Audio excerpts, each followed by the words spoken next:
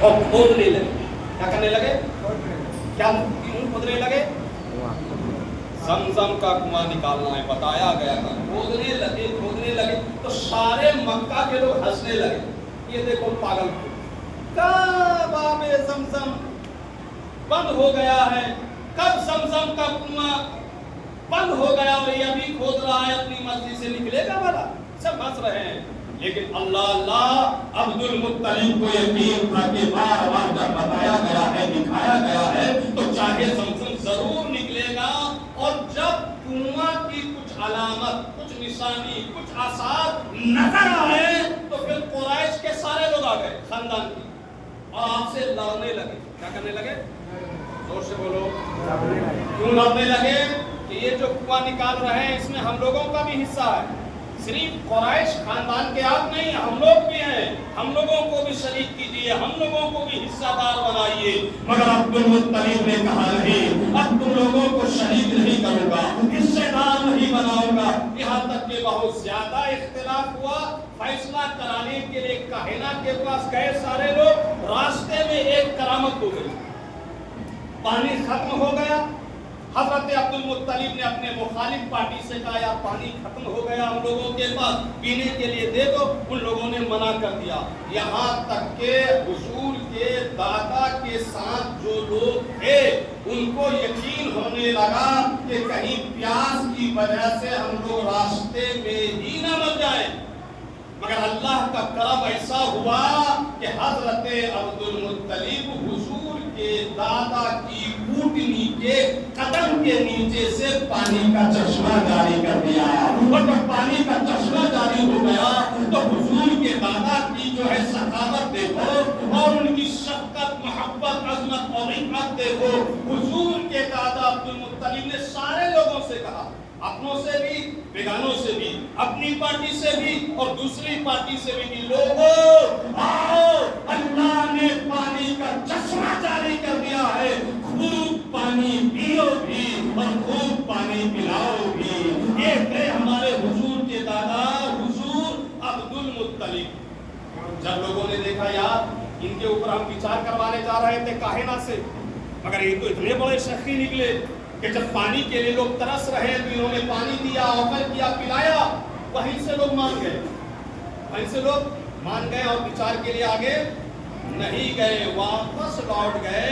اور اس کنویں کے مالک حضرت عبد المطلب رہے آب زمزم کے.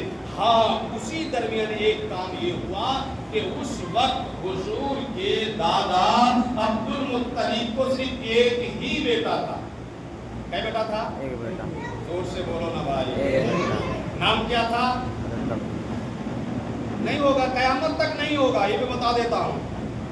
اب بھی طریقہ بدلو، قریب آؤ عالم کے، قریب آؤ مسجد کے، قریب آؤ مدرسہ کے. جلسہ کی عادت ڈالو، میلاد کی عادت ڈالو. وہ مشورہ کر کے بھی کوئی کام نہیں کرے گا تمہارا بھی. یہاں تو میں چہرہ دیکھتا ہوں تو لگتا ہے کہ اثر سے پہلے میرا محلہ بدل جائے گا، لیکن جیسے مختار نکلے گا ویسے ہی پھر اس کی تمہ پھیری چالو ہو جائے گی. جی اور یہاں ایک نہیں، سب کا حال وہی ہے. ایک ہی سب میں کھڑے ہو گئے محمود و ایاز. حضرات سنو، دادا حضور کے دادا کا ذکر سنو، کیا یاد کرو گے. تو ہوا یہ تھا کہ جب اکیلے پڑ گئے، کیا بیٹا تھا عبد المطلب کا؟ نام بتاؤ. نہیں معلوم. حارث. دیکھو بولا کرو تو یاد رہے گا. بولو کیا نام تھا؟ حارث. زور سے بولو. ایک بیٹا.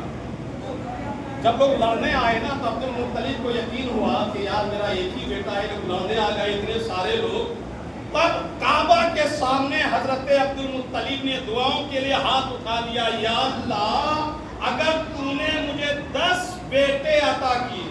کئی بیٹے؟ 10.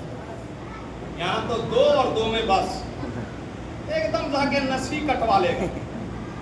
سب جہنمی لوگ ہیں، یاد رکھنا، سب جہنمی لوگ ہیں. مالدار لوگوں کو دیکھنا، کروڑ پتی کو اس کا 2 بیٹا نہیں ہے، 10 20 25 بیٹا ہے اور ارب پتی ہے، اور ایک بیٹا ہے وہ لاتے کھا رہا ہے باپ. اس لیے 1 2 سے کچھ نہیں ہوتا. پلاننگ مت کرو، اللہ پہ چھوڑو. امت محمدیہ میں اضافہ کا سبب بنو.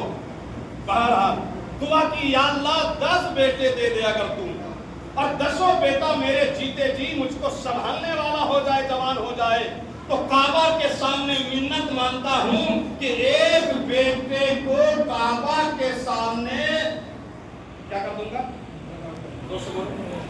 قربانی دے دوں گا، ذبح کر دوں گا۔ یہ بریلوی کہاں سے پڑھ کے آیا ہے؟ کس آدمی کا یہ مرید ہے؟ کس آدمی کا یہ بھگت ہے؟ کچھ بھی مصیبت آیا بہو کو بھیج دیا، ساڑی اٹھا کے مان لی، 3 کھسی چڑھاؤں گا، لوگ کام ہو گیا، اب 3 کھسی نہیں ہے، اب سود میں قرضہ بن کے کھسی خرید کے مزار پہ جانا، ڈرامہ چھوڑو۔